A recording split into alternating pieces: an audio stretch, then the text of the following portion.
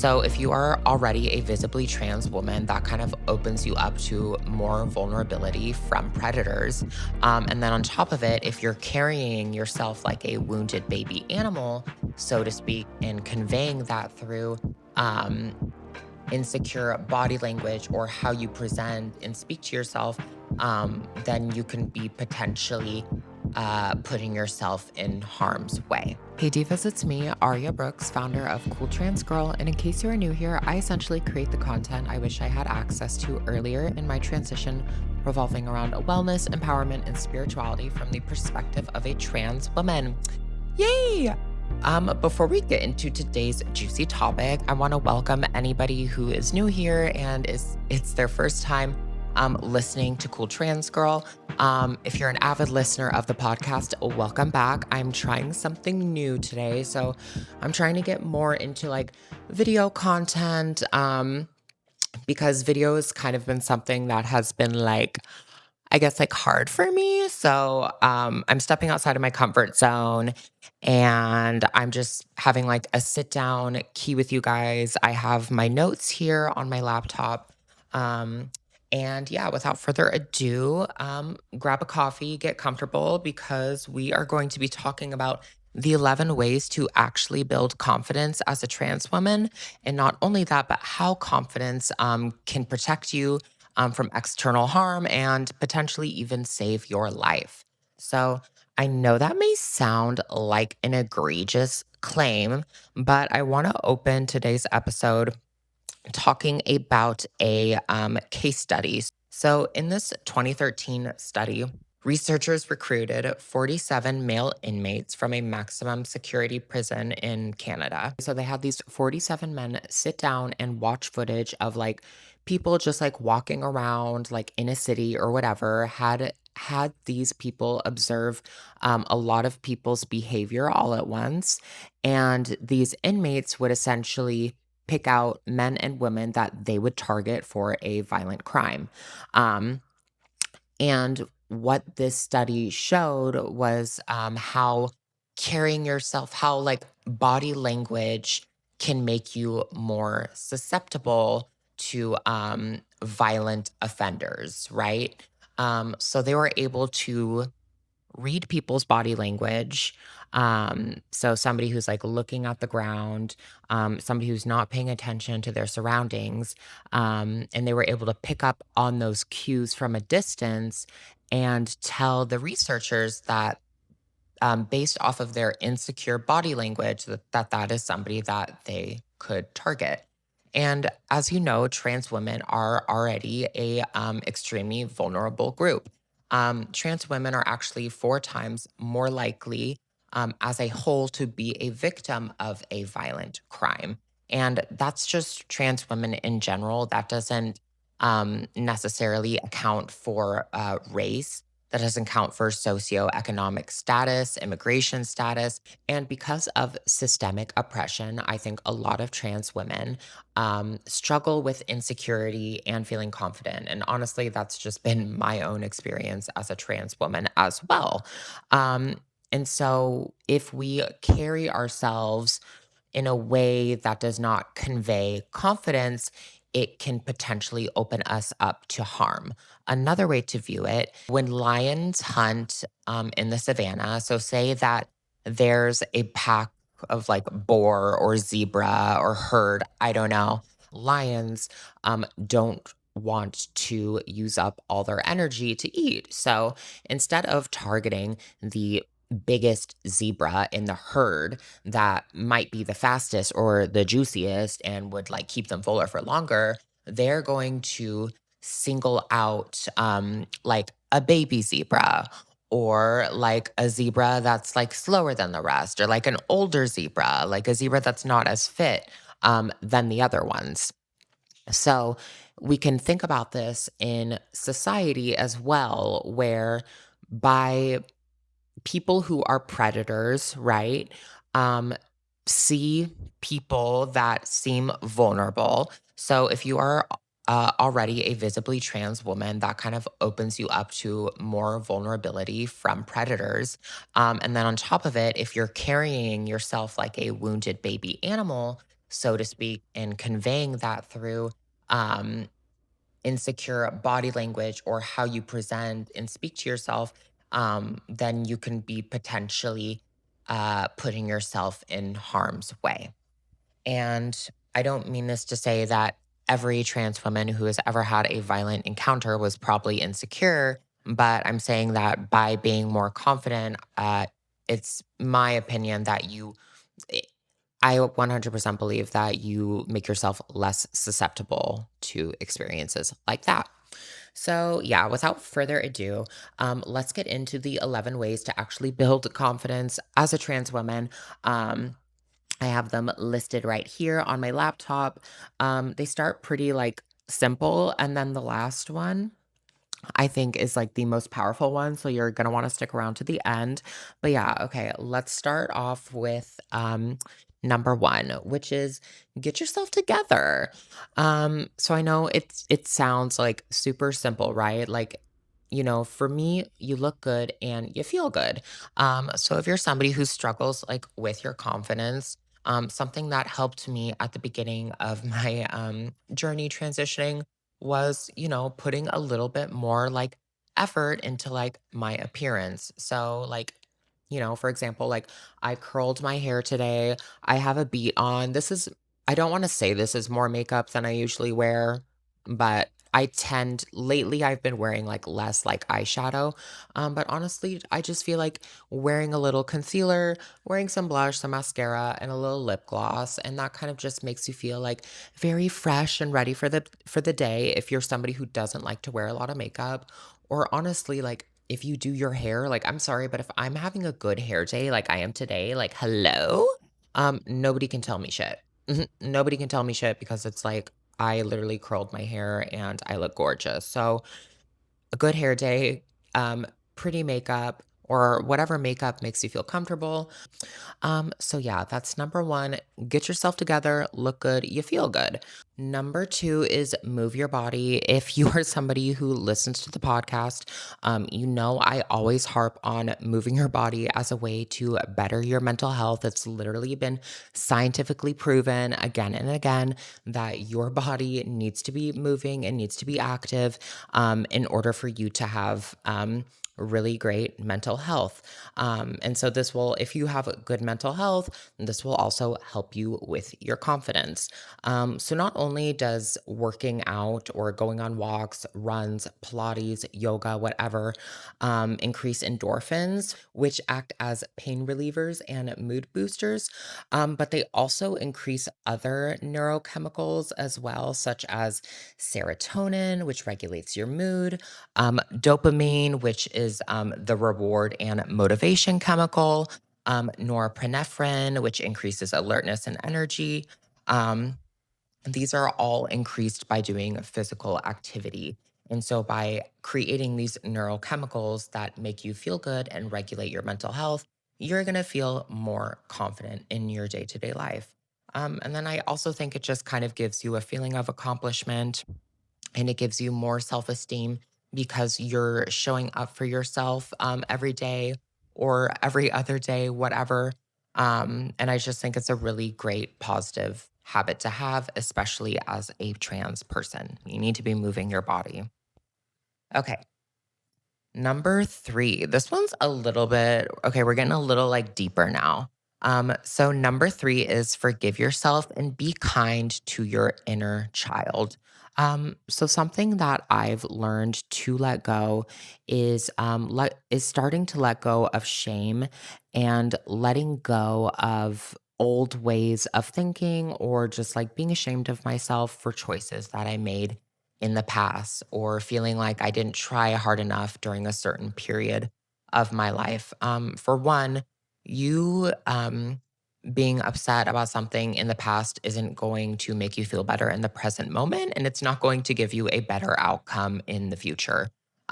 So it's not very productive. But also, outside of that, even you shaming yourself for choices that you made in the past is not going to make you feel better, and it's going to reinforce this negative feedback loop that keeps you feeling like very small and affects your low self esteem. So, forgive yourself, be kind to your inner child, give yourself the radical acceptance that maybe you didn't have growing up or earlier in your transition. And just know that no matter what, happened, you have always been doing the best that you could in that moment. Okay. That doesn't have to affect where you are today, and that doesn't have to affect your future because every moment, every single second of every single day is a chance to start over. So be kind to yourself because you shitting on yourself isn't going to make you feel better. Okay. Number four, prioritize friendships. Okay, so Harvard did a study and they found that the number one determinant if somebody was going to live a long, happy, and healthy life was not based off of how much they worked out, what their diet was like, how much sunshine they got in the day, although all of those contribute to a better life overall. They found that the number one determinant was your relationships. So, I've struggled as a trans person with this, or somebody who has struggled with their mental health, with isolation. Learning to prioritize your friendships and your relationships, and especially like with other trans people, is going to give you such a grounded sense of self and a level of inner peace in your life that is going to radiate outwards. Like you're going to feel more like yourself. You're going to be able to have the confidence to try new experiences so long as these people are uplifting you and supporting you. So prioritize your friendships, your family relationships, even your personal romantic relationships. I just think it's good to always be talking to people and never isolate yourself because isolating yourself will make you feel like garbage, and it will also kind of like reinforce negative feedback loops because sometimes you need somebody around you to remind you how special you are. And then also on top of that, friendships, when you're like talking with people like your girlfriends or whatever, that actually releases oxytocin, which is like the bonding hormone, and it's actually the same neurochemical that is released like when you're in love with somebody. So you're able to kind of like it's not completely the same as like romantic love, obviously, um, but it gives you that sense of peace and happiness. If you're not in a relationship right now, like prioritize your girlfriends, okay? Um, and that leads me into number five, which is to decenter men and dating. I mean, so I'm mostly talking to my heterosexual trans girls, or girls that like date guys like in general. I mean, obviously I think this just applies to like anybody. If you're somebody who's interested in women, this could apply to you too. But sometimes in life, um I think that you need to take a step back from dating, especially, dating cis men. That can get very exhausting, and I have been celibate for like about a year. I stopped going on dates because I was just kind of like disappointed with the experiences that I was having. Also, I like went through a breakup. Um, but since I stopped like centering my life around men all the time, and started focusing on like my relationships and my career, like it's given me so much of my confidence back because when you're constantly like seeking male validation, you are giving men power over you, and you are essentially saying like I need your approval in order to be validated. And by not searching for approval from men, I feel like I radiate confidence in a way that I never have before, because I'm not throwing energy out there um, for men who are not going to treat me well. And because of that, my social interactions have been so much better. I'm able to like flirt with guys in public, and I'm not really like expecting anything. Even if they like know I'm trans, they be flirting with me back. Um, So, yeah, like decenter men in dating. And I promise you, your confidence will go up. The dating apps will still be there, sister. Dick will always be there. Okay. Wherever you turn, if you are a woman, there's going to be an annoying man in your fucking face. But if you're somebody who's been feeling discouraged from dating apps, take a beat. Okay. Take a beat. I promise. Center and ground yourself, and that is going to improve your confidence immensely. Okay. Number 6, girl, get off your phone. Get off your phone. Stop consuming negative content.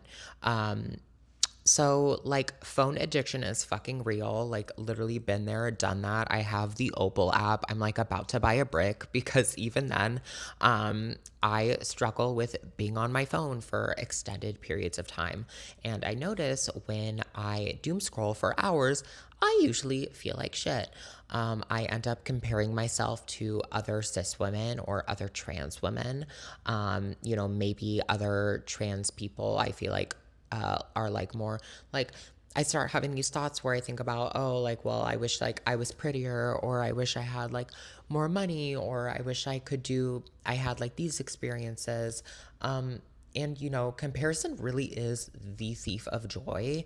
And I also think as trans people right now, of course, we want to be informed with this current administration. But hearing negative news about trans people all the time is just like very exhausting and hijacks your nervous system. So really like you don't need to be online consuming that content all day. It will wreak fucking hell on you. Talking from experience, and it lowers your confidence because you know the algorithm pushes content that makes people react emotionally because that's what drives like more engagement. And so by you watching more negative content, reacting to more negative content, commenting, sharing, whatever, the algorithm is going to keep reinforcing that negative feedback loop, and then you kind of like subconsciously absorb it, and then you kind of have this idea that like everybody hates like trans people, and that kind of just makes you want to like shrink up and feel more insecure. So get off your phone. It's literally hijacking your brain. Go outside, touch grass, but just get off your phone. Okay. Number 7, make promises to yourself and keep them. So something that I started doing recently is establishing diva goals. So as somebody who like right now, full transparency, I'm on unemployment. And so I literally just like work on Cool Trans Girl. That's kind of my life right now. It's been such a blessing. I'm not going to lie. But sometimes the day kind of like drifts away from me.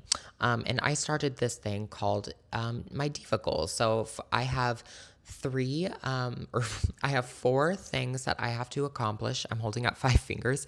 I have 4 things that I have to accomplish every day for an acronym that is DIVA. That's why it's called DIVA goals. So there's discipline, inspiration, vitality, and alignment. And I just do these little micro goals or whatever. And then I can go to bed knowing that I'm a diva when I do my diva goals. And so I also think like by you showing up for yourself, making commitments to yourself, it builds momentum and it builds self-trust in your life. And the more that you can prove to yourself that you're capable of following through, that is going to give you more confidence, and you are going to start to radiate joy because you feel more self-assured.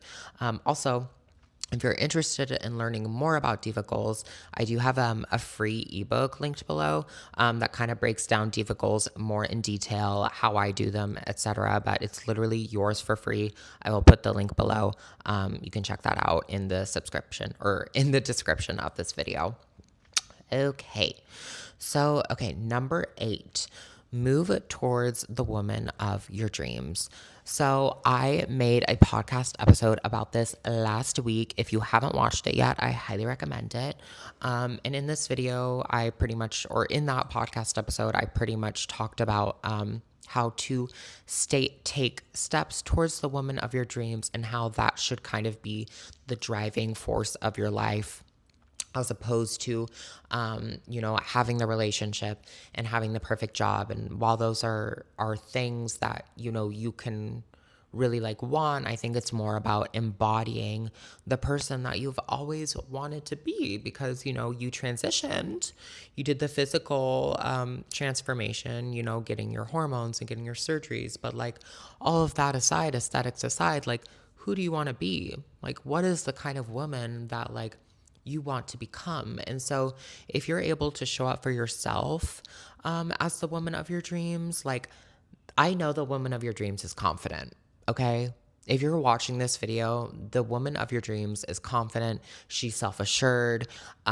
She smiles at strangers. She's able to like have small talk with like fucking anybody. She like lights up the room. Like, if you're watching this video, I know you want to come across as confident and secure. So, the more you take steps towards becoming the woman of your dreams, like, say, for example, the woman of your dreams goes to Pilates twice a week and she drinks matcha. Like, start drinking matcha, go into Pilates twice a week, go on your hot girl walks, and start embodying that.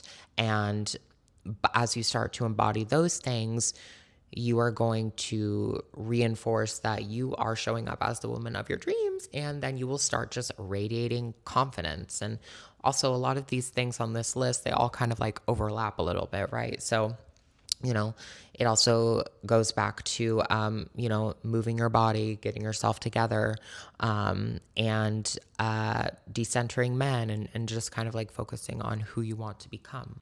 And then that brings me into number 9, which is practicing confidence. So, confidence really is one of those things that, like, part of you has to fake it until you make it. Everything on the list that I listed before is going to contribute to that for sure.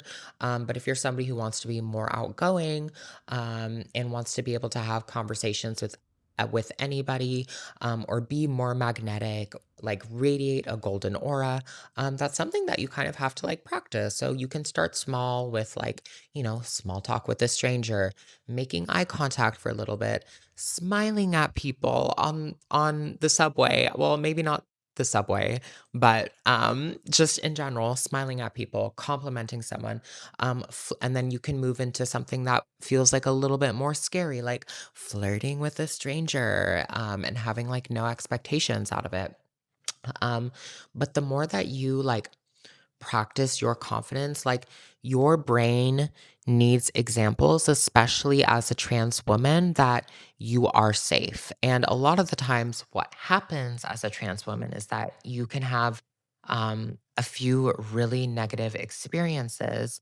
And so, because you had negative experiences, you pretty much like your brain is trying to keep you like safe. So, as a way to cope with the stress or the trauma of a really horrible negative social interaction, you learned to either like isolate yourself, or stop hanging out with friends, or stop going to like certain bars or whatever, things like that, or like certain kinds of people aren't safe to talk to. Like if you feel really like scared around men specifically, which is something that I've struggled with, like you have to create new experiences that counteract the other ones. And I think that so long as you're like practicing and you go into it with like a really good mindset and a really strong sense of like who you are, like think of it more as like a social experiment. Like that's how I view it. So, like, I will just be like smiley and like try to like get to talk to people and get to know them, or like flirt or whatever. And sometimes like most of the time I have a really great positive interaction. Sometimes it's awkward, and I just have to learn. I've learned to not take it so personally. It's like, okay, well, this person was like not my vibe, not for me. Like, moving on. But yeah, the more positive experiences that you can create, the more confident and safe you are going to feel in your body, and you're going to feel more confident moving forward. So yeah, create more positive experiences and view it as a social experiment. That way you aren't taking things personally, you are just gathering data. Okay, number 10, heal your nervous system. So, I know everybody like talks about like nervous system regulation or whatever, but essentially it's more or less like focusing on like your mental health, especially how it like manifests like in the body. So I have an ebook called The Body Baseline, which essentially is a nervous system regulation guide written by trans women for trans women, talking about, we have three different states when it comes to our nervous system. We have our upregulated state. So that's when you're like super anxious, high energy. You have regulated. So that's like your baseline, your baddie baseline, if you will, where you're supposed to feel calm, grounded, and at peace. Most of the time, obviously, you want to be at your baseline. And then you have your down regulated state, which is when you're super low energy or you feel depressed.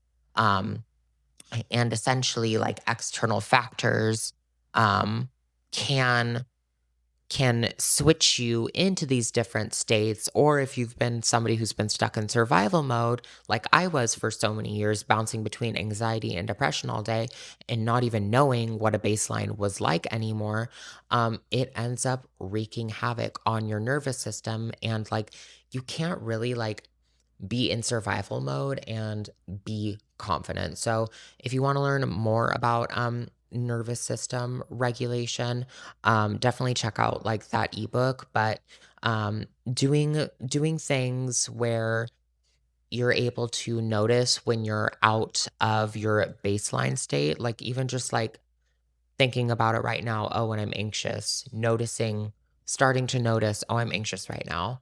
Well, what's something that I can do to get me back to my baseline state? So, that could be like going on a walk or eating a nourishing meal or box breathing or things like that. Or if you're super like down regulated, you could like splash some cold water on your face or do some like jumping jacks, things like that. But if you want a more like detailed breakdown about like how to heal your nervous system, I will be making more content about that. And then I also have that ebook below for you guys as well if you're ready to like deep dive into it. Um, so yeah, heal your nervous system. When you heal your nervous system, you will feel more grounded, more at peace. You won't feel so like tense in your shoulders. You won't feel like you're clenching your jaw all the time. A nervous system practice that I'm going to leave with you girls to try is to just like start to notice like where you hold tension in your body. So when you're like walking, like are your shoulders all the way up to your ears? Like something I'll do is like I'll notice I'm like really like tensed up because I feel like people are like looking at me. I get a lot of social anxiety. And so I'll remind myself, I'll say an affirmation and be like, I am safe. I am okay. Like the world is not on fire. People are looking at me. It's cool. I'm gorgeous. Or even if they're like clocking my tea, like it doesn't, like they're not like, I'm safe in my own body. I am allowed to take up space. Drop your shoulders down, relax your forehead, stop clenching your jaw, take a deep breath, listen to some music, tell yourself you're a bad bitch. It will do wonders, but try that and see how it makes you feel, and how it kind of like brings you down to earth if you're somebody who struggles with social anxiety. Okay. And then 11. So this is probably like the biggest, the biggest like tip I can give you. And this kind of goes back to like what I was talking about with practicing confidence, but I put change the narrative slash build new neural pathways. Um, so basically, this is kind of talking about what I was saying earlier, where you need like evidence of positive social interactions in order for you to like teach yourself that you're safe. Um, and Gosh, it's this entire point honestly deserves its own like disrotation, and I will probably do an entire episode about it, but I'm gonna try to like briefly summarize it. If you have questions, like let me know. So when I say change the narrative, um, we have narratives that were written for trans people, for trans women. about what it means to be trans and what you can expect to experience from this life, what you're able to do, what you're not able to do, how you're supposed to act. Part of that is also just like being a fucking woman, right? Um, so you have a narrative that's been projected onto you, and part of these things, some things can be true, like being a trans woman is just like harder. You might be met with more adversity, or dating might be harder as well. But you constantly are seeing these like negative portrayals of like trans people in the media, or like trans people sharing their trauma online. That narrative gets reinforced in your subconscious mind. And you essentially say, oh, well, like, I can't do this because I'm trans, or I'm never going to be happy because I'm trans. And you're reinforcing this negative thought loop. So like so there's neural pathways, right? Which essentially is like you have certain ways of thinking, and the more you think a thought, you're going to think that thought more, and it becomes like ingrained in your brain, and it will guide you subconsciously. So if I have, for example, the limiting self-conscious belief, or wait, the subconscious limiting belief, or conscious even, that I am ugly, and that I don't pass, and that I will never find a partner, then I'm going to look for validation, through confirmation bias from the external world, for to look for that, right? Because I'm saying I'm ugly, nobody will ever love me. I want my survival brain wants to keep me safe, and it wants to recognize those patterns in my external world so that I can prove myself right. And you don't realize you're doing it. Um, but by having narratives that are projected onto you, um, you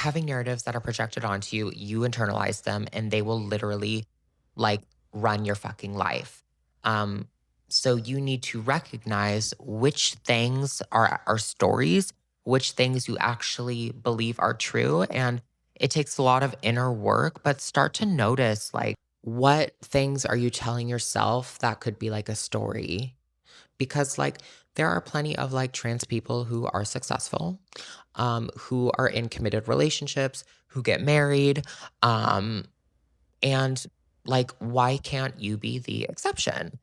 What are they doing that you perhaps aren't doing? And not all of it necessarily comes down to like privilege or access to wealth. Some trans women, like Laverne Cox, for example, like literally came from nothing.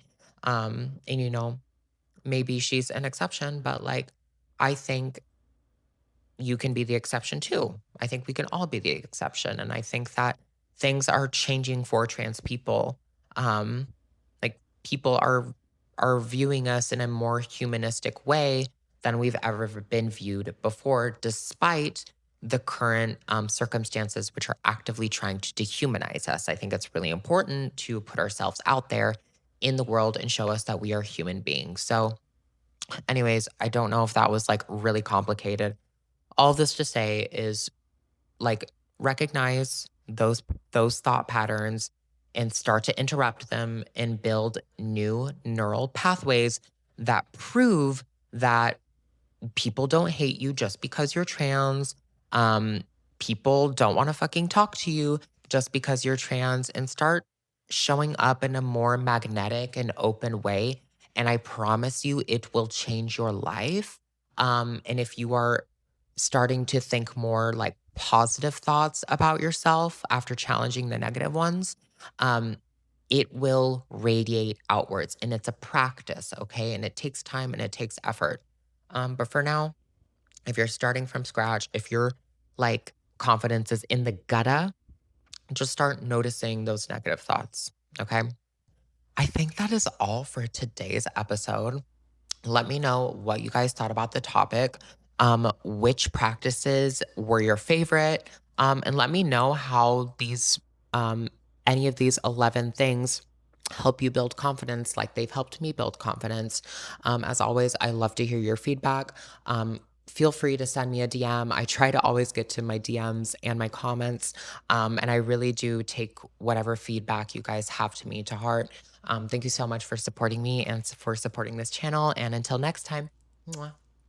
Bye.